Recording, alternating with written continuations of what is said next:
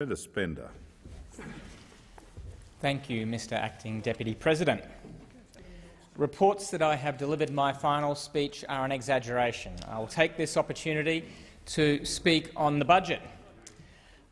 Senator Lionhelm made it very easy to understand what happens in the budget because in his negotiations he arranged for the government to provide the last pages of the budget, which provide data in real terms, so adjusted for inflation and per capita terms. So I don't really need to read the budget. I can just look to the last page. So here's the headline. This year, right now, tax per capita is the highest it has ever been in Australia. Did you hear that from Treasurer Frydenberg last night? I can't remember. Did he say tax per capita is the highest it has ever been in Australia? I don't remember him saying that. I wonder why. It seems to me the highlight of the budget. Okay, let's look to payments per capita. Maybe that's a better story for the government. Okay, payments per capita. Payments per capita highest ever in the history of our federation. What a shame! 2 for 2. This government, what a coalition Liberal government, I think they call themselves.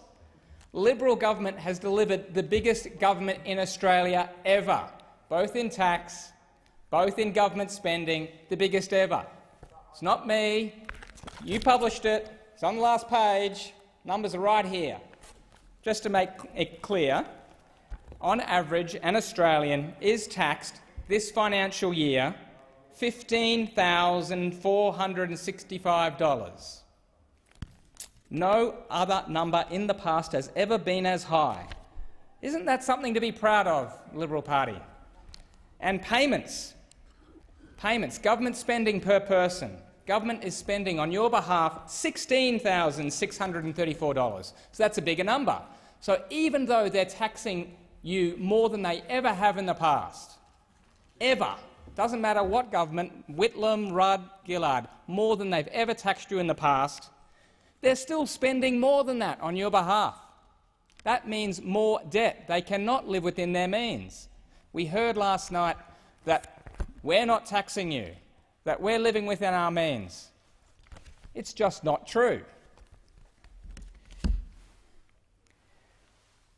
The government said last night that they're doing things without increasing tax, but it is clearly the case that they are increasing tax. It is in their very own budget. Now, another one of my favourite pages in the budget, because I am a bit of an ex-Treasury wonk, is Table 7 in the fiscal strategy.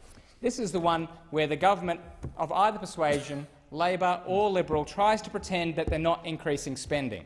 They often have tricks to say, we're reducing overall spending. We've made decisions to reduce overall spending. Most budgets have it. This is the first budget I remember reading, and I've been reading budgets for about 20 years, where they don't even pretend to be making policy decisions that reduce overall levels of government spending.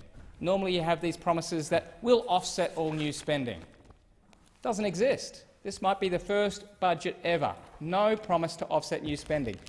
The coalition must have just realised, hey, we've got no particular benefit in restraining government spending. There's no other party in this place that cares.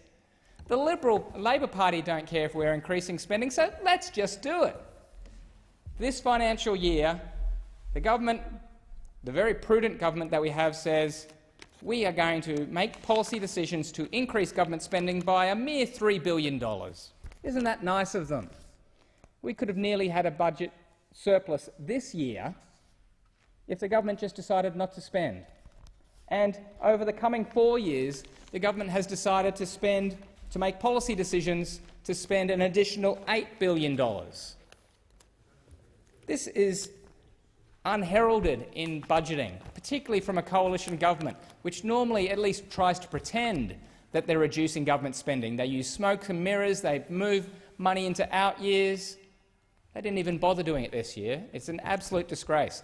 No one's watching. In an election year, they've made an assessment that no one cares about rising size of government. They've given up any semblance of being a Liberal government. Anyone who thinks that government should be restrained, who continues to vote for the coalition, is absolutely crazy. Your only option is to vote for the Liberal Democrats. Thank you, Senator Spender.